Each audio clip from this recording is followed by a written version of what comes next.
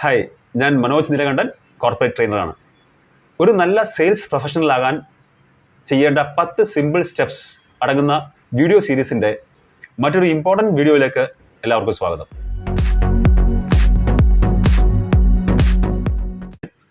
Last സ്റ്റെപ്പാണ് closing the deal close ചെയ്യുക. നമ്മുടെ ഈ വീഡിയോ സീരീസിൽ 10 സ്റ്റെപ്പുകൾ പറയുന്നുണ്ട്.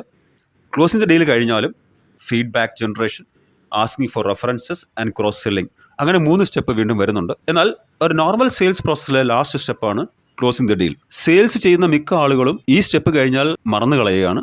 ഒരിക്കലും അങ്ങനെ ചെയ്യാൻ പാടില്ല. ഒരു സെയിൽ നടന്നു കഴിഞ്ഞാൽ ആ കസ്റ്റമറുടെ കയ്യിൽ നിന്നുള്ള റെഫറൻസസ് അല്ലെങ്കിൽ അവരുടെ ഫീഡ്ബാക്ക്, അവരുടെ മറ്റുള്ള കണക്ഷൻസ്, കോൺടാക്ട്സ്, അതുവഴി കിട്ടുന്ന സെയിൽ കുറച്ചുകൂടെ ഫാസ്റ്റായിട്ട് ക്ലോസ് ചെയ്യാൻ പറ്റും. അതുകൊണ്ട് ഈ ഒരു സ്റ്റെപ്പിൽ നിർത്തിക്കളയരുത്.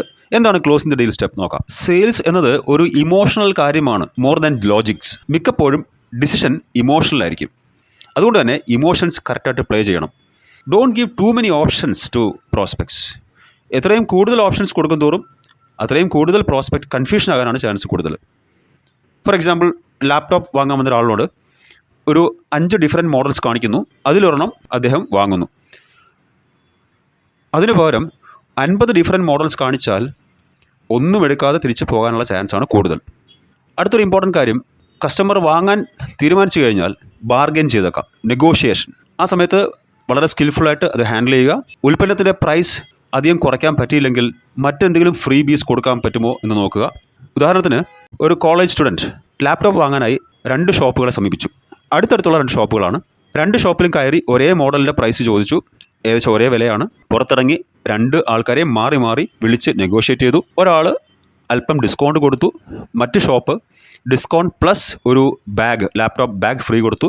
അവിടെ പോയി വാങ്ങാൻ ചെന്നപ്പോൾ വീണ്ടും ഒരു ചെറിയ കൺഫ്യൂഷൻ ആ പ്രോസ്പെക്റ്റിന് തോന്നിയത് കാരണം ഒരു ഫ്രീ കോഡ്ലെസ് മൗസ് കൂടെ കൊടുത്തു. ആ ഡീൽ അപ്പോൾ ക്ലോസ് ചെയ്തു. അപ്പോൾ ചെറിയൊരു ഫ്രാക്ഷൻ ഓഫ് സെക്കൻഡ്സിൽ ഡിസിഷൻ മാറിപ്പോകാൻ ചാൻസ് ഉണ്ട്. ആ സമയത്ത് സെയിൽസ്മാൻ വളരെ കെയർഫുൾ ആയിരിക്കണം. ചെറിയ ചെറിയ ആഡ് ഓൺസ്, ബെനിഫിറ്റ്സ്, ഫ്രീ ബീസ് കൊടുത്താൽ, അതല്ലെങ്കിൽ ഒരു ഫിയർ ഓഫ് മിസ്സിംഗ് ഔട്ട്, ഫോമോ.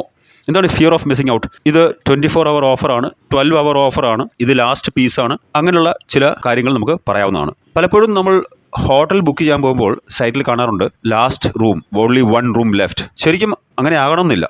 വേറെ റൂമും ഫ്രീ ആയിരിക്കാം. പക്ഷേ ലാസ്റ്റ് 1 room എന്ന് പറയുമ്പോൾ അപ്പം തന്നെ നമ്മൾ ബുക്ക് ചെയ്യാനുള്ള ചാൻസ് കൂടുതലാണ്. സോ ഇതെല്ലാം ഒരു ഇമോഷണൽ കാര്യമാണ്. ആ രീതിയിലുള്ള സ്കില്ല് ഒരു സെയിൽസ്മാൻ ഡെവലപ്പ് ചെയ്യണം. മറ്റൊരു എക്സാമ്പിൾ പറയുകയാണെങ്കിൽ, റിയൽ എസ്റ്റേറ്റ് ബിസിനസ്സിൽ ഇപ്പോൾ ഫ്ലാറ്റ്സ് ഓർ വില്ലാസ് വാങ്ങാൻ വരുന്ന ഒരു പ്രോസ്പെക്ട്, അദ്ദേഹം ഏകദേശം തീരുമാനിച്ചു കഴിഞ്ഞെങ്കിൽ ഒരു ടോക്കൺ അഡ്വാൻസ് വാങ്ങുന്നത് നല്ലതായിരിക്കും.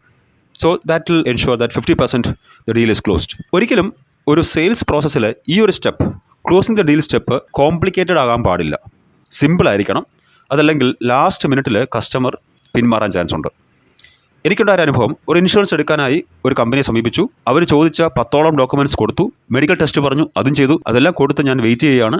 ഒരാഴ്ച കഴിഞ്ഞപ്പോൾ ആ കമ്പനി എന്നെ വിളിച്ച് പറയുകയാണ്, ഒരു മെഡിക്കൽ റിപ്പോർട്ട് വേണം ഒരു ഡോക്ടറുടെ. അതോടെ ഞാൻ ആ പ്രോസസ്സ് അവസാനിപ്പിച്ചു. അതിൽ നിന്ന് പിന്മാറി. എനിക്കത് വളരെ കോംപ്ലിക്കേഷനുള്ള ഒരു പ്രോസസ്സായിട്ട് തോന്നി. എപ്പോഴും സെയിൽസ് ക്ലോസിംഗ് പ്രോസസ്സ് വളരെ സിമ്പിൾ ആയിരിക്കണം. Thank you for watching.